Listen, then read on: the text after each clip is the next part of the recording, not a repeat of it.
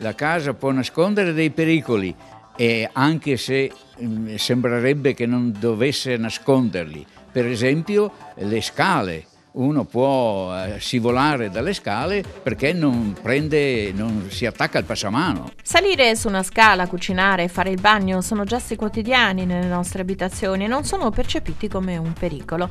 Capita purtroppo però che sia proprio la casa il luogo che consideriamo come il più sicuro a nascondere insidie che si possono rivelare anche fatali.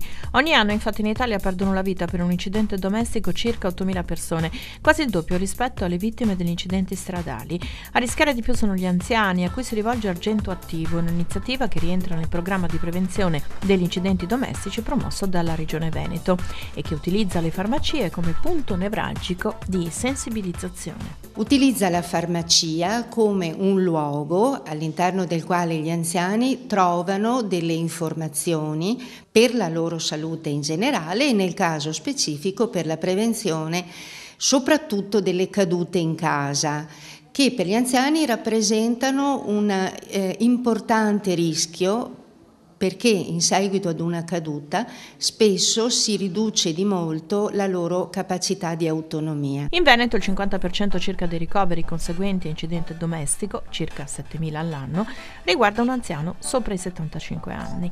Spesso e volentieri si tratta di cadute che, quando non provocano conseguenze fatali, contribuiscono alla limitazione della mobilità e all'ingresso prematuro in residenza assistita. Gli anziani si sentono sicuri nella loro casa, come tutti noi, però man mano che il tempo passa le nostre abilità si riducono, ci vediamo un po' meno, ci sentiamo un po' meno, abbiamo meno equilibrio, abbiamo meno forza e questo ci espone ai rischi che normalmente sono presenti in casa. Punto di forza della campagna, che è entrata nel vivo proprio nel mese di ottobre, sono le particolari shoppers adottate da più di 1.200 farmacie in tutto il Veneto. Su ognuna sono ben descritte con immagini e parole le situazioni più frequenti di rischio e le buone prassi da seguire. Saranno raggiunti circa 600.000 famiglie alle quali arriveranno questi messaggi, che sono molto semplici e forse proprio per la loro semplicità spesso sono sottovalutati. I clienti purtroppo